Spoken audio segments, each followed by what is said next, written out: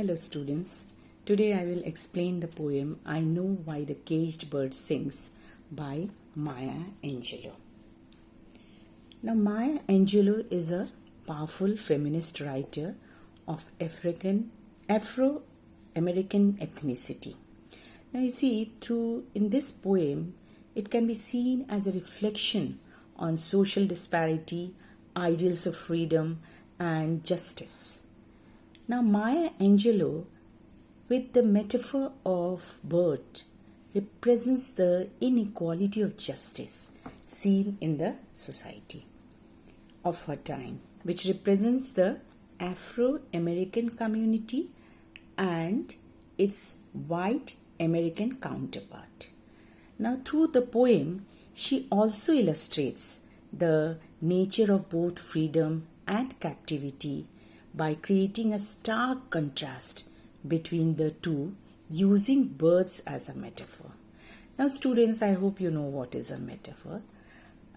Let me just remind you about what is a metaphor. A metaphor is a figure of speech and it is a kind of implied or hidden comparison between two unrelated things, but they have some common features also. So here the metaphor for the caged bird for the Afro-Americans the metaphor is caged bird, and for the white Americans the metaphor is the free bird. Now you see the poem. I know why the caged bird sings. A free bird leaps on the back of the wind and floats downstream till the current ends and dips his wing in the orange sun rays and dares to claim the sky. So what is a free bird doing? A free bird leaps on the back of the wind. That is, it takes its flight and flies with the current of the wind, freely enjoying the sky, and it floats downstream. That is, it goes down with the current of the wind ends, when the current of the wind ends, and dips his wing in the orange sun rays. And what is it doing? It dips its wings. It is fluttering in the sky in the orange sun rays and dares to claim the sky. And what does the free bird think? It thinks that the whole sky is its own. It's claiming that the sky is its own. It can dare. It has got that boldness. Now the second stanza you see. But a bird that stalks down his narrow cage can seldom see through his bars of rage. His wings are clipped and his feet are tied, so he opens his throat to sing. Now a bird that stalks, that is the second stanza, is telling us the condition of the caged bird, which is the metaphor of the Afro-Americans. So the caged bird is constantly looking through the bars of rage, through its narrow cage. That is, it has a small cage, narrow cage, where which is actually the reference of the restrictions on the life of the caged bird. And it sees through the cage, but seldom see through, but rarely it could see through the cage, that what is outside. His bars of rage, his wings are clipped and his feet are tied. So in the condition of the caged bird is that its wings are clipped and his feet are tied. That is, all movements are restricted, but so he opens his throat to sing. So the only option, the only freedom he has is to sing. That is his only joy in life. The caged bird sings with fearful trill of things unknown. Now what does the caged bird do? It sings with fearful trill. Means it is singing in its cage with fearful trill. That is, with a very quivering voice, with a wavering voice of fearful. Why fearful? Because it's nervous. It is afraid and of things unknown, because it is singing. But what is it singing? It is singing of things unknown, means unknown freedom. It doesn't know what freedom is. and his tune is heard on the distant hill, for the caged bird sings of freedom. So where is his song heard? On the distant hills also his songs are heard. And what is it singing?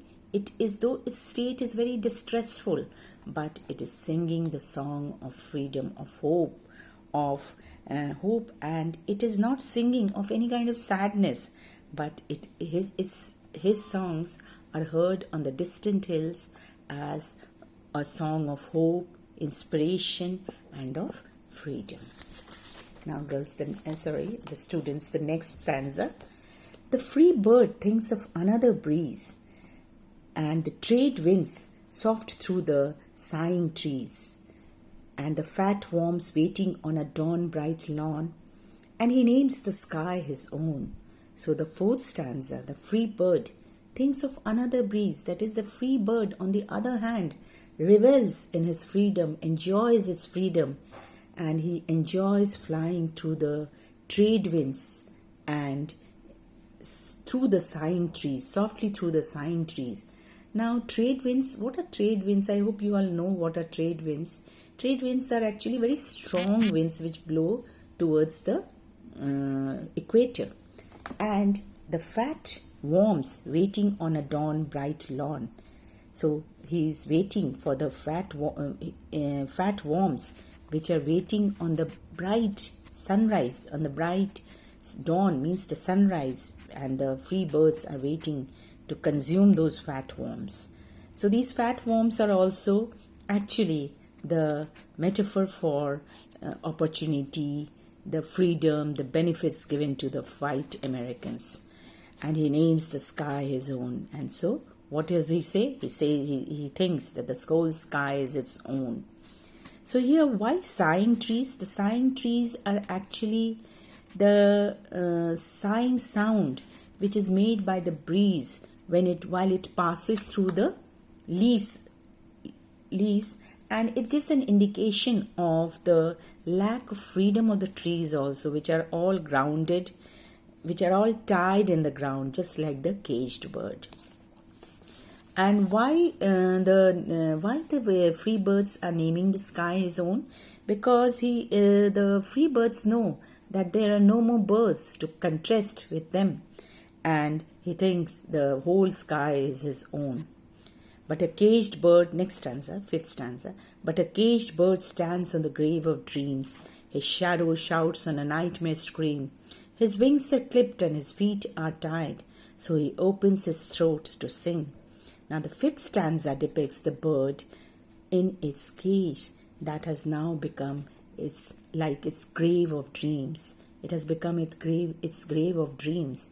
And the poet describes the bird's cries, the screams, as a kind of nightmare. But though the bird's wings are clipped, feet are tied, but its throat is free and it sings the song of freedom. Now the sixth stanza is a repetition of the third stanza. Now the sixth stanza, therefore, it is called refrain. When the repetition is made in a poem, it is to emphasize.